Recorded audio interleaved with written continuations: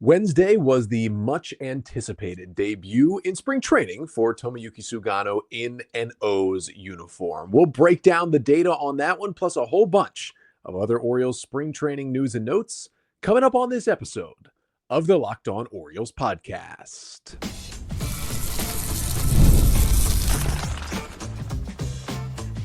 You are Locked On Orioles, your daily Baltimore Orioles podcast. Part of the Locked On Podcast Network, your team every day.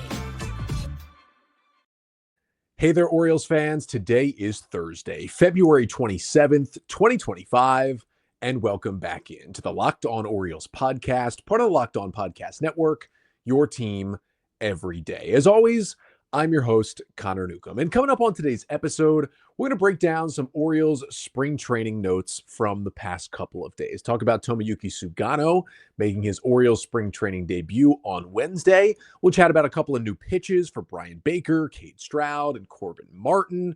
We'll chat about the first outing for Andrew Kittredge, some cool home runs from Enrique Bradfield and Heston Kjerstad, and a whole lot more. And it's all coming up on this episode of the Locked On Orioles podcast. Before we get to it, though, just did want to thank you for making Locked On Orioles your first listen of the day. We are available on all podcast listening platforms. Make sure you subscribe wherever you listen, Spotify, Apple Podcasts, whatever. Leave a 5-star rating and a review. That really helps out the show. And of course, if you're watching here on YouTube, make sure to like, comment, and subscribe to the Locked On Orioles YouTube channel as we creep closer and closer to the season. We're a couple of days away from March. Opening day is in March. That is how close we are. And I believe we're just about a month out from the Orioles season beginning. We're 5 days a week here on the show. So make sure you are locked in to Locked On. And if you have any thoughts about the show, thoughts about the Orioles, mailbag questions, you can always email us lockedonorioles@gmail.com. Let's jump into some spring training notes. The Orioles have played a couple of games since I last talked about what has gone on the field. They actually would have played 3, but Monday's spring training game was a rainout. And then Tuesday's game could theoretically be treated like a rainout. I mean, I get that, it's spring training. And what are you going to really get out of ratings for broadcast for the games to be on TV? But I would love for the Orioles to broadcast on MASN more than 8 of their spring training games. And I know that that's better than some teams have it. Some teams also do in the high 20s of their games. It's a big mix across the broadcasting stations. But at the very least, if they're not going to be broadcasted, can we at least get the public StatCast data at Ed Smith Stadium in Sarasota? Because we don't have that. And when you don't have that, and you don't have a broadcast of these home games, it's like it didn't happen. And that's what happened on Tuesday. No broadcast, no StatCast. I don't even think there was a radio broadcast of Tuesday's game. There was literally nothing for Orioles Tigers on Tuesday. I can share what we got from some people's videos and some beat writers who were there in Sarasota. But at least Wednesday, although there wasn't a broadcast, there was some StatCast data. We'll dive into that. So spring training notes from the last couple of days, we will start with the pitchers. And it was Charlie Morton, the 41-year-old who the Orioles signed to a 1-year deal this offseason to pitch the back of their rotation. He started on Tuesday for his first spring training outing, and it was a little surprising he started. He had been sick and actually missed a day in camp earlier in the week, said he was throwing up. It seems to be one of these stomach bugs that is going around everywhere, and especially for a lot of sports teams at this moment. But he threw 17 pitches in a scoreless first inning, then went to the bullpen and threw 13 more, even though he came out of the game. But again, no broadcast, no StatCast. He said he felt good, said he wasn't feeling as sick. That's kind of all we've got from the first Charlie Morton outing. However, among the pitchers that it feels important to see what they can do in spring training, Charlie Morton is probably as low on that list as you can get because he's 41. He's done almost 20 spring trainings at this point. Like, unless he's getting injured, which didn't seem like was the case, it's really not a big deal what a guy like Charlie Morton is doing in spring. You just want to make sure he's healthy, ramping up, and ready to go for the beginning of the season. But always nice to see a guy out there in an Orioles uniform for the first time. Would have been nice if we actually could have seen it. Now, Dean Kramer followed Morton on Tuesday, pitched 2 innings out of the bullpen, but doesn't mean Kramer is going to be a reliever this year. The reason why the Orioles had 2 of their main starters, Morton and Kramer, both projected to be in that first 5 opening day rotation for the Orioles is that the game on Monday was rained out. It was supposed to be, I believe, Kramer Monday and Morton Tuesday. Game gets rained out. Morton still starts. Kramer comes in immediately and pitches 2 innings, gets his work in as well. So yeah, nothing really to read between the lines there with Kramer coming out of the bullpen. I know he's been at least tried to be used as a reliever earlier in his career. I know maybe some may not consider him a lock to be in the 5 of this starting rotation, but I consider him to get one of those spots. There could be a position where Kramer pitches out of the bullpen at some point this year if he loses his rotation spot or the Orioles make more upgrades. But for now, that was just kind of because of the rainout on Monday. And then really the last thing to get to was Bryan Baker threw a 1-2-3 ninth with a strikeout to get the save. Orioles won that game Tuesday 8-7. Although we didn't see it and we didn't have the StatCast, the big thing to come out of it is that Rakabako a couple of days ago at Masson wrote about a new changeup for Bryan Baker. Now, Baker's kind of been a 3 to 4 pitch pitcher. We know he has the good velocity. He was up to 97 on his 4-seam fastball. We know he has that slider that he's kind of played with a little bit, and he's played with a loopier slider that's almost looked like a curveball. That's kind of come in and out of his repertoire. And then he's always had that changeup, which has had like insane deception, insane movement. I've always been fascinated by Baker's changeup, but he's just had terrible command of it the entire time he's been with the Orioles since they claimed him in between the 2021 and 22 seasons. And it just has never been able to be a consistent weapon because the command has been so bad.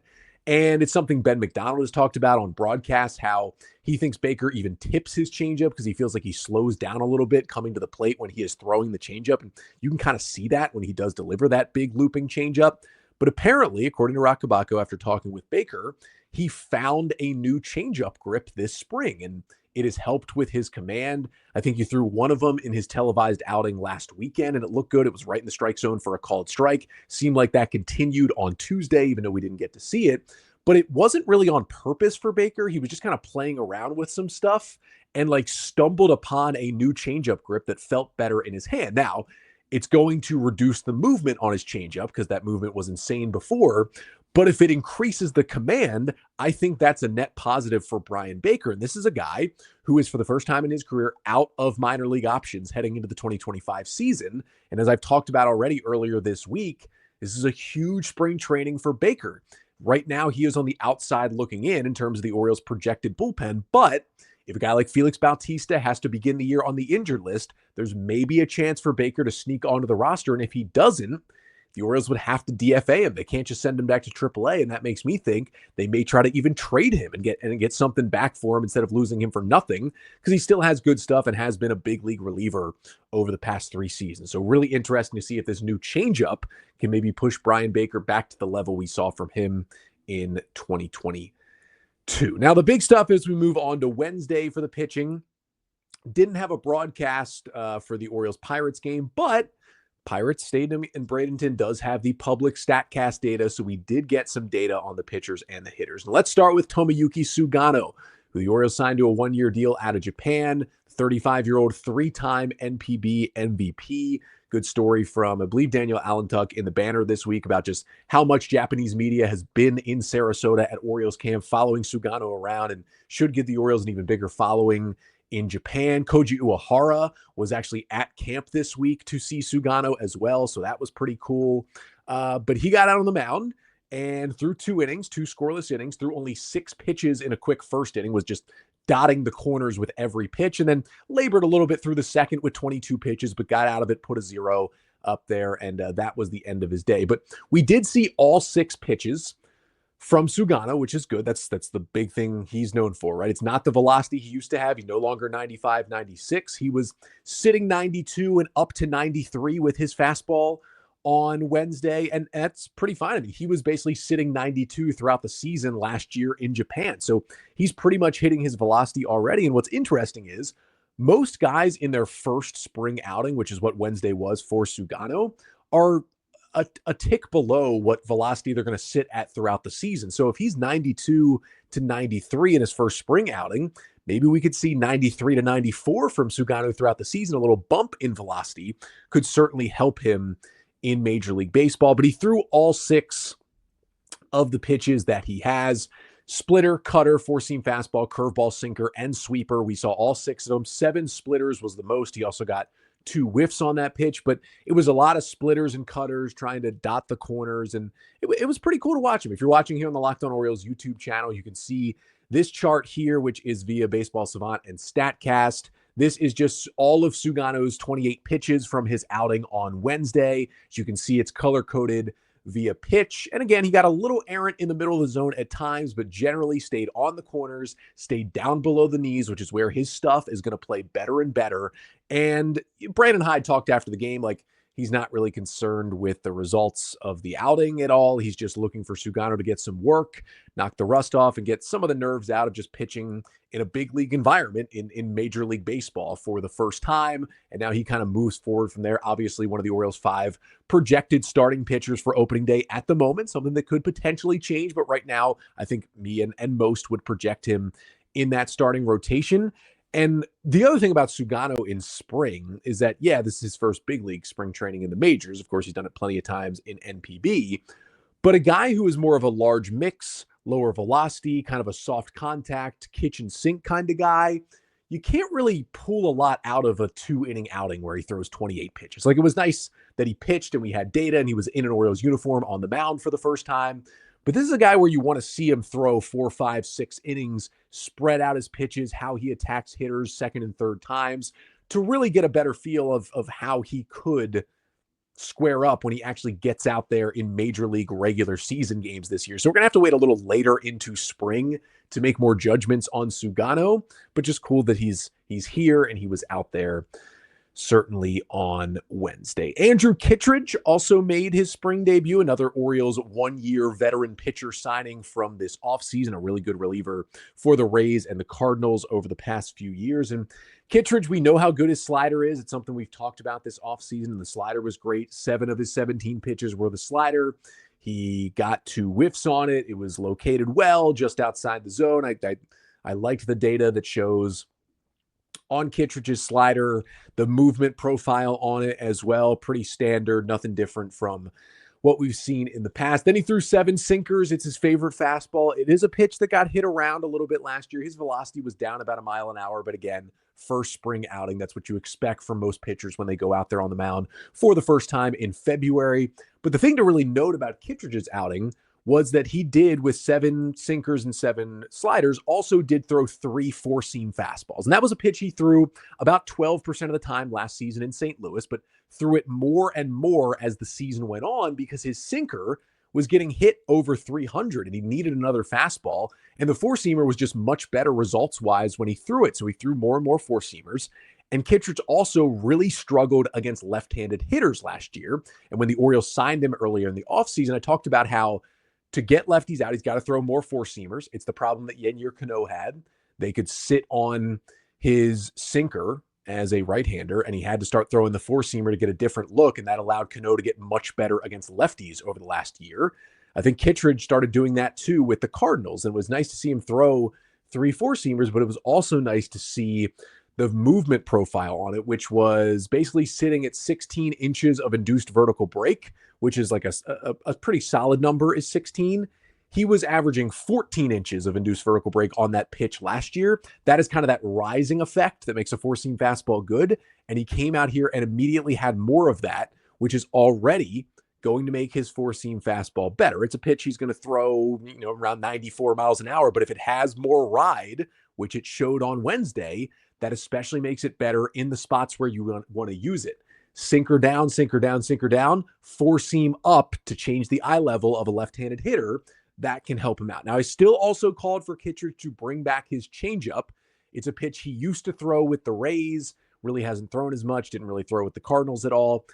But it's a pitch that had some good data to it, and I think he should bring it back against lefties. We didn't see it in that first outing. We'll be intrigued to see if he pulls it out at all in the future outings this spring. Then just a couple of more guys. Kade Strowd may have a new pitch. We saw Strowd pitch in a broadcasted game over the weekend, but not in a StatCast game. Now that we got StatCast from Kade Strowd, right-handed pitcher who was a reliever who's added to the 40-man roster by the Orioles this offseason, we saw the cutter, the curveball, the four-seamer, and the sweeper, pitches we knew he had, but also 3 of his 27 pitches on Wednesday were sinkers. And it's been interesting for Strowd. He was always throwing super hard with his four-seamer up towards 100 miles an hour, but could never command it. So over the past year or so, he added a cutter, and it's kind of turned into his main strike throwing pitch. He threw 12 cutters. They sat 91 to 93, and he was able to mostly pound the strike zone with his cutter. But the sinker was not a pitch that he threw at all in AAA last year. Now, he only threw 3 of them, and none of them were thrown for strikes. So that's something to watch. And something he's going to have to work on. But the velocity was 95 to 96 on those 3 pitches.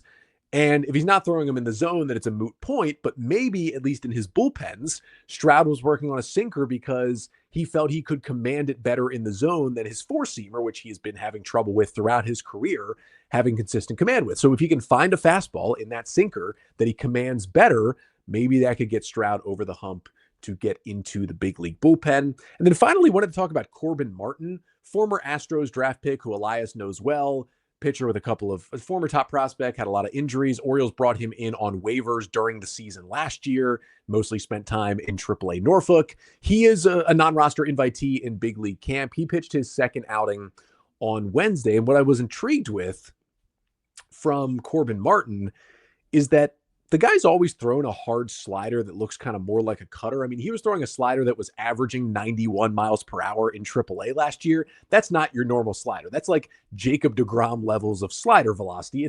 It's more so of a cutter, right? It doesn't have the big giant sweep to it. It's a tighter break. It's a harder slider / cutter. But you never know in spring training if it's just a goof on StatCast, but they had him clocking his slider, averaging at 92 and all the way up to 95 miles an hour. Now, again, it could have been a StatCast goof, and it could have been more. He was just a little bit up and was 92, 93. But if he's throwing like a cut slider at that velocity, that is an interesting mix to go along with the four-seamer and the curveball that Martin throws from the right side. I mean, his velocity was way up on Wednesday. He was throwing 96 with the fastball. He was 92 to 95 with the slider. He was 86 on the curveball. That was way up from what we saw across the board in AAA last year. So maybe it's now a fully healthy Corbin Martin trying out some new pitches. I'm a little intrigued to see kind of what that means for him. It was a slider that still had horizontal movement on it. So it's at least a cutter and maybe a slider, and just an intriguing thing to watch out for when he inevitably goes back to AAA to begin the season in the bullpen this year. But that does it for the pitcher notes from the past couple of days. We're going to move on to the hitters. That is coming up next.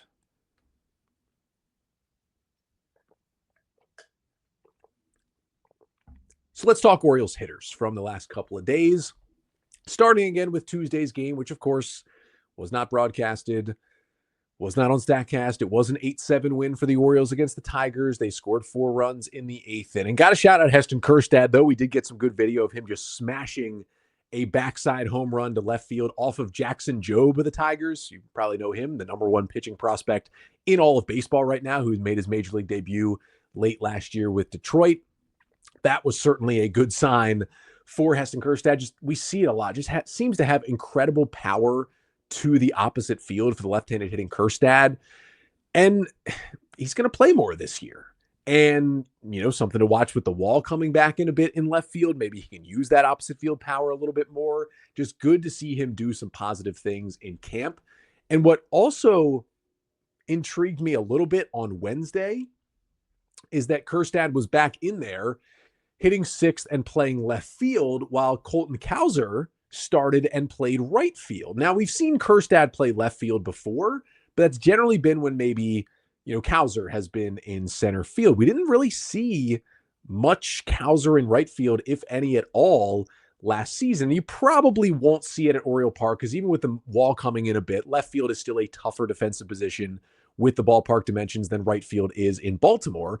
But in a lot of other ballparks across the league, left field is the easier outfield position when you compare it to right field when you're just looking at the dimensions of the park. And I think the Orioles are getting themselves ready for when they do send out lineups of Kjerstad, Cowser, and Mullins in the outfield, that when they're on the road at some different places, it could be actually Cowser playing right and Kjerstad playing left, because at a lot of other ballparks, right field is the tougher corner outfield position to play, which is not how it is in Baltimore. So just interesting that they went with that defensive alignment when they were on the road on Wednesday.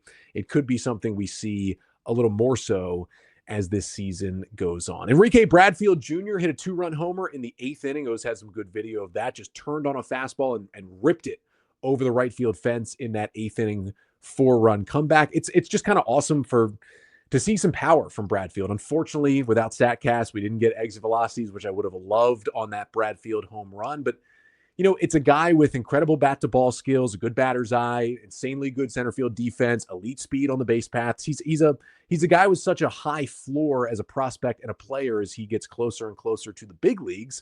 But it's a question about the ceiling because of the lack of power he's shown, throughout college and the minor leagues. A full season between high A and double A, he hit only 4 total home runs last year. So to see him go yard against a pitcher who's been in the major leagues over the past couple of years and to hit a 2-run homer, that is only a good sign for Bradfield, hoping to see him make his way at some point up to AAA Norfolk this season. And then you basically have your eye on 2026 for Bradfield to potentially get himself to the big leagues, and just can't wait to see him in MLB maybe next season and what that player profile looks like in the bigs. And then just want to shout out Daz Cameron and Maverick Hanley. Didn't see it, didn't know what they really were, but each of those guys had 2 hits in Tuesday's game as well. Now we move to Wednesday, where we did have some StatCast data to look at despite no broadcast. And Gary Sanchez had a single in this game, hit it at 111.6 miles per hour off the bat in terms of his exit velocity. You put that into his rates in Milwaukee last year, would have been his 7th hard hit ball of the season in 2024. So good to see him getting that started early this year. We know how hard he can hit the ball. Dylan Carlson, who the Orioles brought in as kind of a project 1-year signing and is at this point likely to start the year in AAA because he does have minor league options, and the Orioles also brought in Ramon Laureano. But Carlson had a single at 103.4 miles per hour off the bat. Now, that's not a crazy exit velocity. It's certainly a good one. It's certainly a hard hit ball. But when you look at how much Carlson struggled last year, that would have been Carlson's 8th hardest hit ball in the majors during the 2024 season. So that is at least a good sign. Carlson hitting the ball over 100 miles per hour exit velocity. He was not doing it a lot last year. And then the last one is Samuel Basallo. I mean, his at-bats have been so good so far in spring. I'm upset we didn't get to see these via video, but he had a sac fly in this game, hit a fly ball 105.6 miles per hour off the bat. He just has continued to crush the ball this spring training. Pretty much everything he puts in play has been hard hit so far. That's what we know about Samuel Basallo. He's a top 10 prospect in baseball. He's a number 1 prospect in the Orioles system. He is going to begin the year in AAA Norfolk. I really don't see a spot for him to try and make this opening day roster, but it's not out of the question for Basallo to be in the big leagues at some point in 2025. I'm kind of predicting a September call-up to mostly be a DH in this lineup, but if the O's need him to catch this year, I think the defense could be ready maybe by the second half. And at worst, he is going to be a force in 2026 for this team. Just so excited to get Basallo to the big leagues. Could happen this year. Just an incredible talent with the bat and getting better and better behind the plate as well. But those are the pitcher and hitter notes from the last 2 days. If you had anything to add and talk about, let me know right here in the Locked On Orioles YouTube comments, things that you noted or wanted to know about from these past couple of games. When we come back quickly, we'll just talk what's next for the Orioles coming up next couple of days here this spring and the next couple of days coming up on this podcast as well. But first, this episode of the Locked On Orioles podcast is brought to you by Wonderful Pistachios. Looking for a snack that's both delicious and nutritious? Crack into a good source of protein with Wonderful Pistachios. Wonderful Pistachios is one of the highest protein nuts. Each 1-ounce serving has 6 grams of protein, giving you over 10% of your daily value. And plus, they're packed with fiber and better for you unsaturated fats to keep you feeling fuller longer. Now, I know some people love the no shells variety. Perfect grab-and-go snack with a lot of great flavors, but I love the classic. I love cracking open every shell for that satisfying crunch, and the in-shell options, they are always a classic favorite with great flavors as well. So get snackin' and get crackin' with a snack that packs a protein punch. Visit wonderfulpistachios.com to learn more.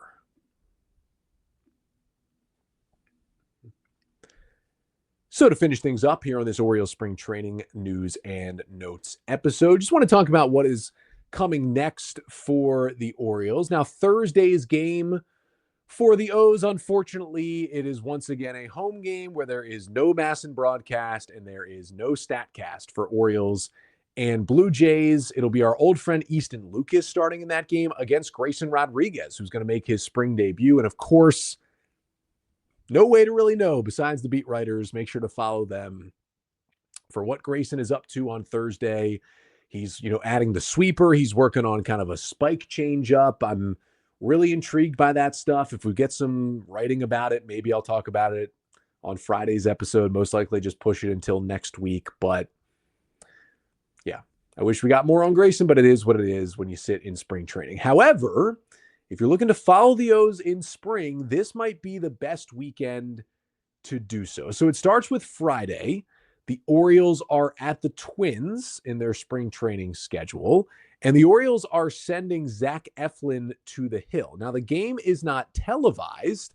It's Orioles at Twins, but there will be StatCast for this game on Friday, which is a good sign. We can kind of see some data from Eflin and all the other pitchers and hitters that are going to appear in that game. Then on Saturday, you have Orioles and Pirates. That game will be broadcast on MASN. Now, we won't get StatCast, but we will get to watch the game, which we'll be able to take some takeaways from. And then finally, on Sunday, the Orioles will play at the Phillies back in Clearwater. The Phillies, it'll be a split squad day, so they'll have some more minor leaguers in there than usual.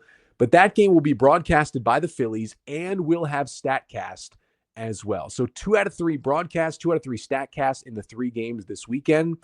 That's about as much as you can ask for on an Orioles spring training schedule, especially this early in the spring. So definitely going to soak up a lot of data this weekend. And the podcast will be back on Monday. We'll break down everything from Friday, Saturday, Sunday. Spring training games. Should get to see a lot of arms out there in those games. Really intrigued to see some of the data, some of the stuff we see as we get closer and closer. And we come back again. It's going to be March. It's going to be March when we get back next week. But before that, there is still one more episode to get to later this week. We'll do some more overarching stuff on tomorrow's pod. Haven't decided yet. Let me know. We're either going to begin our positional preview tomorrow. So we're going to preview infield, outfield, bullpen, and starting rotation. Talk about the current guys that are going to make the team, the depth guys on the fringes, and the prospects at all those positions going into the 2025 season. Might start that tomorrow. So let me know here in the YouTube comments if we should start that series tomorrow. Or we've got 2 more season review and preview episodes to do. It's Adley Rutschman and Jackson Holiday. Those are 2 left. Let me know if you'd rather me do one of those on Friday's episode. This is going to be viewer's choice. So let me know in the YouTube comments or email me lockedOnOrioles@gmail.com, and I'll let you all decide what the content is going into Friday's episode. But either way, I'll be back with you on Friday. Until then, I'm Connor Newcomb, and this has been the Locked On Orioles podcast, part of the Locked On Podcast Network. Your team every day.